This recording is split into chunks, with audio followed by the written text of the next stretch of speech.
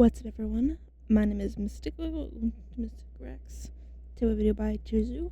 Top 3 underrated animals featuring Vsauce. Michael here, I think. I've never watched Vsauce before.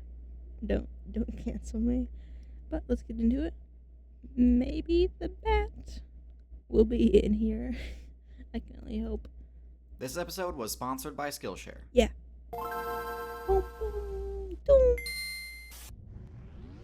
Shell. Today, instead of looking at a specific expansion or set of variations within a class, we're going to do something a bit different and discuss builds that I think are underrated in the current meta. Yeah.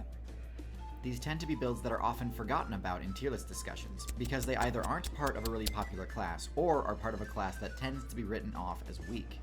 For example, let's look at the snail build. Snails are pretty much universally regarded as low tier, having the lowest mobility stat in the game, and not much else to talk about.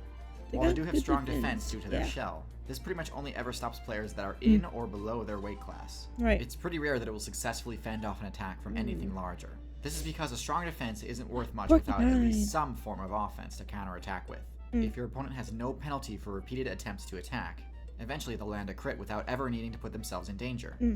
The best most snails can do in that regard is a pretty pathetic looking shell slap. But not all snails are so helpless. The cone snail runs a pretty standard snail build, with one important addition: the ability to fire venomous harpoons into their opponents. This one ability elevates its power stat from one of the lowest in the game to one of the highest in the game. Certainly one of the top tiers of the coral reef meta.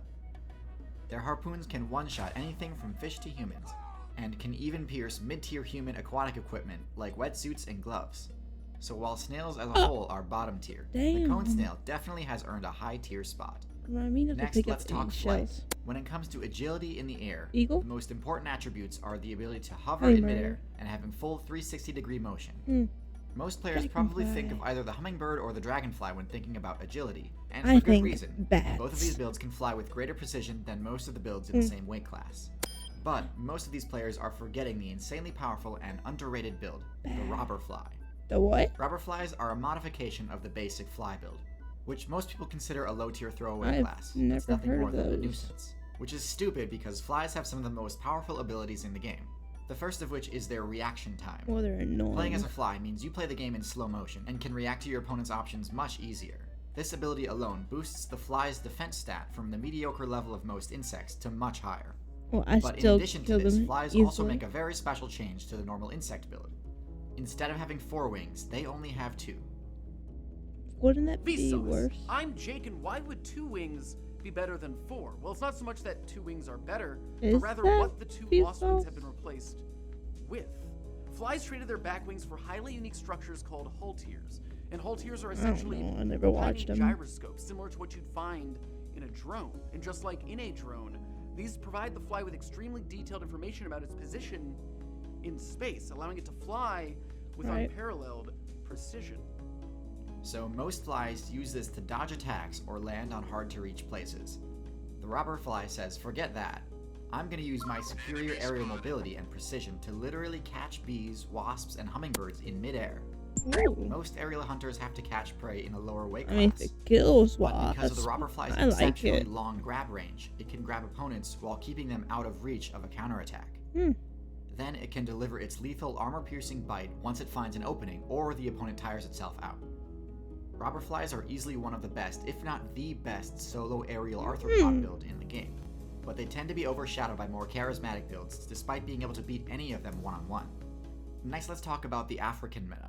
So when people picture the top tiers of this server, most of the time they'll bring up the elephant, hippo, lion, Nile crocodile, and cobra. And that's all well and good. It's when you ask about who they see as low tier that things get strange. Most people will include the usual suspects, but for some reason also include the hyena. I think the reason why players rate hyenas so low is because they're always shown as getting griefed by lions. And it's true, lions do body hyenas in a 1v1 matchup. But okay, 2 things. 1, lions are easily A tier, if not higher, in the African meta. That's all I know. So having a bad matchup versus the best carnivore player in the region isn't saying a lot. And 2, hyenas have plenty of traits that make them more powerful than lions in specific circumstances. Good power. Hyenas have much higher endurance than lions. They can run significantly longer distances because they put more points into the cardiovascular skill tree. Their hearts take up double the body weight percentage that the lion's does. And so while lions can reach higher top speeds, they run out of stamina pretty quickly. Hyenas can sustain their top speed for miles, allowing them to chase down builds that would easily escape a lion. On top of this, the hyena's bite attack is one of the strongest in the entirety of the mammal guild. The hyena has a bite force of 1100 psi. That's almost 7 times more than the average human's bite. This is enough to crush bones, something that other predators in Africa Put it into lack. American. For example, big cats have to take down animals by suffocating them. Their bites don't actually do that much damage on their own. Certainly not enough to break bone. But is the hyena's bite stronger than, say, a warlock punch from Ganondorf in Smash Bros? Well, over on Vsauce 3, I go through 3 Smash Bros characters that could kill you, with one of them being Ganondorf's surprisingly deadly punch. So check it out after you're done here. Thanks, Jake. So, like he was saying, the ability to crush bone with their bite grants them a huge advantage, allowing them to scavenge the skeletons of herbivores that were defeated by lions, after the lions have already gotten all they can out of it. Since they can't access the highly valuable marrow found in bones, it's free game for scavenging hyenas. And all low tiers know that they need to respect hyenas just as much as lions. In fact, entire packs of cheetahs can be driven away from their loot by only a few hyenas, since they know that one bite from a hyena may mean they never run again. So while they may not be a top threat in the African meta, they're by no means low tier, probably either high B or low A tier. What sets these builds apart from others is their unique set of skills. You can set yourself apart in the same way by learning new skills on Skillshare. Skillshare is an online learning community with over 20,000. You can try Skillshare for free. There you go. I mean, it's pretty old, but you never know. If there was a top 4, it would have obviously gone to the bat. As you know, bats are so cool and cute and amazing and awesome and overpowered and everything good.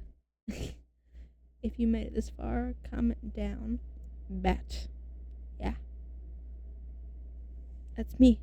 But until next time, bye bye.